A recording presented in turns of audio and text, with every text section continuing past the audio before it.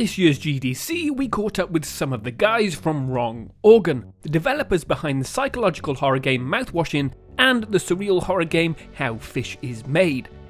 They discussed the way they've leveraged repeated mechanics to make the player feel uncomfortable, whether there is an emotional impact from working on consecutive horror titles, and much, much more. Hello, I'm Jeffrey Tomac. I work on the gameplay and technical direction at Wrong Organ. And I'm Kai Moore. I work as our producer and operations person. How did Wrong Organ start? Wrong Organ came together as a group of student developers at a school called Future Games in Stockholm, Sweden. It was like a trade school for game design and art, but we're all designers. In the same class of 2021. And then we did How Fish Is Made as an early project in the school, 3 of us. And then that went for a student project like really, really, really well. And was a big kind of motivator for us to continue into a second project that didn't go as well. And then sometime after that, we decided to start a company out of the thing. And then brought on a couple new people from a year down in the same education along the way. Did the pandemic influence the distinct tone of your games? It's hard to say. I think How Fish Is Made especially probably takes a lot from just like the kind of mundane like work life kind of pains that are only exacerbated by the kind of social isolation that was happening around then. But yeah, no, I think Mouthwashing kind of alone is much more about, well, honestly, like Mouthwashing kind of is about a lot of experiences of game development itself on our failed game. All of our kind of narratives up until this point have been very, like, we're taking a lot of real life inspirations, but they're obviously, everything is dialed up to 1,000 for, both How Fish Is Made and Mouthwashing. It's more the carrying thing from kind of our real life experiences to Mouthwashing. Well, there's many, but like the big one is the kind of feeling of being like trapped, like of being on something that's failed, and its failure is like predetermined at that point. Like there's nothing that the ship can't be steered, but like there's, it's about what you do kind of in those moments and the kind of mistakes that are made. And being on a game project that ended up getting canned was kind of one of the big like kind of inspirations. That kind of feeling is a big part of what made it into Mouthwashing's obviously much more existential kind of narrative. Has anything from Mouthwashing's success caught you off guard? I think just like the amount of introspection people had into the narrative is probably the big thing, because when we did How Fish Is Made, it was at a smaller scale. We had some pretty good analysis on it, but like the average player's understanding of what we meant to say with How Fish Is Made is like was never like super deep.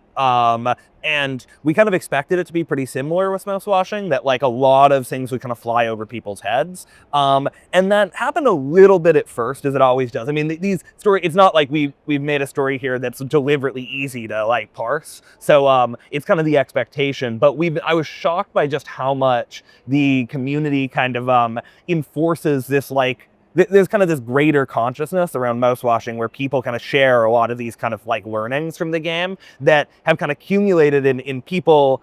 Almost everyone understands like a crazy amount about the story.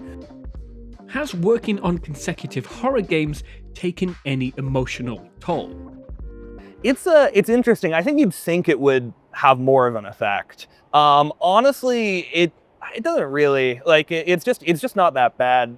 Is really the simplest thing I can say on it. It's really interesting. It's a cool narrative to kind of think about. And there's some obviously existential questions that are kind of tough. We know how to make kind of light and have fun with the whole thing, And it's like ultimately like making a game is always supposed to be fun. Frequently there's like an almost exact inverse where the darker and more like fucked up the game is, the more kind of jovial the developers probably are. I just think those things kind of naturally tend to offset each other. As Jeff was kind of saying, you see kind of the horrors that take place in Mouthwashing. You think those people are like incredibly fucked up and just the office must just be this like disheveled dark hole. It's not like that. In actuality, we're some pretty lighthearted folks at times and very jovial, as Jeff said. Tell us about Mouthwashing's eerie mechanic repetitions.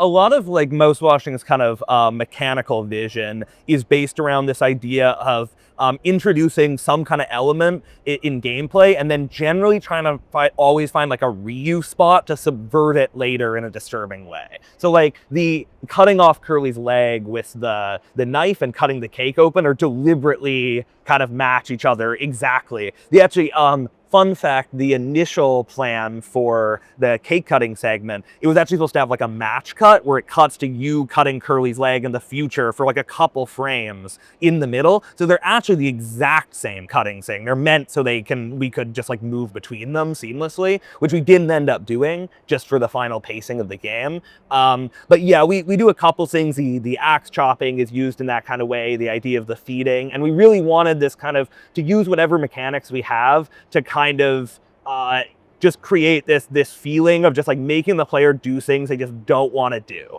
And especially if they've already done something similar before, it's kind of cemented into their mind that thing is kind of real. Like there's a certain like, you know, it's not like a new novel game mechanic for something creepy, but it's something you've kind of done in a more casual way before that already is addressed into you. And now that action is something that you kind of see as an extension of your character, doing it in the fucked up way, I think hits harder. At least that's the kind of vision behind it. What were some of the inspirations behind the Tulpar?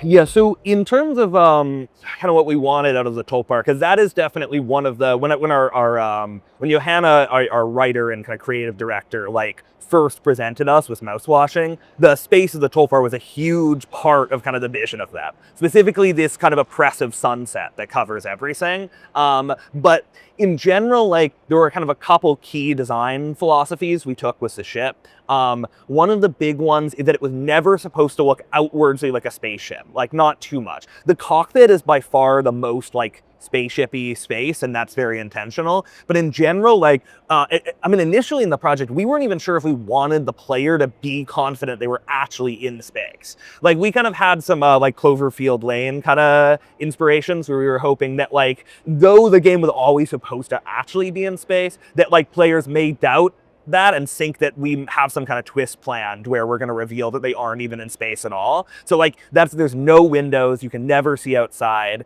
And we shift between these kind of radically like industrial, almost like submarine-y kind of spaces for the hallways. And then they very clearly contrast to these like super eccentric like spaces for the kind of crew quarters. But both are meant to be oppressive in their own way. Like there's you know, the industrial part is obvious, but even the places that are more personable are kind of just overdone in a way that's made to make you still a little uncomfortable looking at. There was also a lot in terms of just the layout of the ship we had to think about, because the Tulpar was always supposed to be a space that was confusing, or like it should feel like a bit of a maze.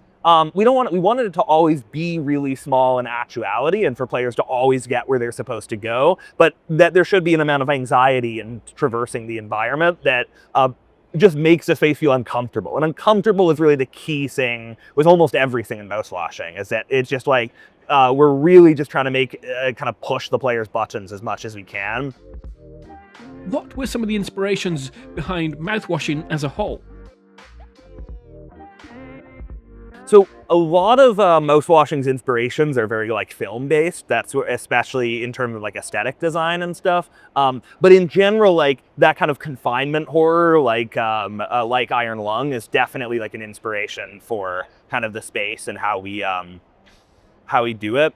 But yeah, it's honestly, our writer is much more in tune with a lot of the film references than I am, which are like most of the kind of breakdowns. Even like, I mean, as many people have pointed out, even some character designs parallel like film characters very closely. You know, I'll be the 9,000th indie horror developer to say that Silent Hill was an inspiration for our psychological horror game, like shocker. But there's some more deep cut ones as well when you go down to it. Can you talk about the ending sequences and Anya's absence? you get at something that was very deliberate during development, especially of that big ending sequence that we refer to as the Bizarro sequence, where all the rules break down later in the game. There's Anya is entirely omitted from that whole part of the game. You never see her face anywhere in that part, and that was very intentional from us while working on it, because we really wanted this because it is kind of an introspection into Jimmy's psychology, that like Anya isn't what he's thinking about. There's things that are, a lot of his issues pretty much all go back to the situation with Anya in one way or another, but like fundamentally that isn't the thing he feels bad for, I guess. And we really wanted to make that impactful by having you play through all these sequences and sequences where your character is starting to be more kind of acknowledging of his own faults, but always omitting the real kind of problem. And we'll bring up the baby and we'll show the like kind of distorted kind of representations of that. But like we never show Anya after that point in the game. And we very rarely highlight her in a lot of moments.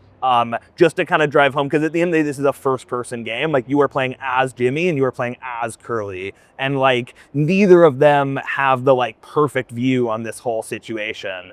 And that's kind of supposed to be a lot of the irony of Mouthwashing as a whole, is that like, this is a story about Jimmy and Curly, and honestly, it probably shouldn't be. Like it's not really their story, but it is their perspective you see it from. And kind of crushing the player with that irony is something that we put a lot of investment into doing during the story. Like really the function of Mouthwashing in terms of what we want the user to take from it is this feeling that like, is that kind of introspection of like kind of the dark part of ourselves that, it's sometimes hard to acknowledge. And that kind of is the ultimate lesson of Mouthwashing, is that like every character is supposed to be you. And so they don't exist as much as like archetypes of certain kinds of people we want you to root for and root against. So obviously some people are much more likable than others on the ship. Everyone kind of has an aspect of kind of the inner darkness of like just really us as people. And we think a lot of people, and that's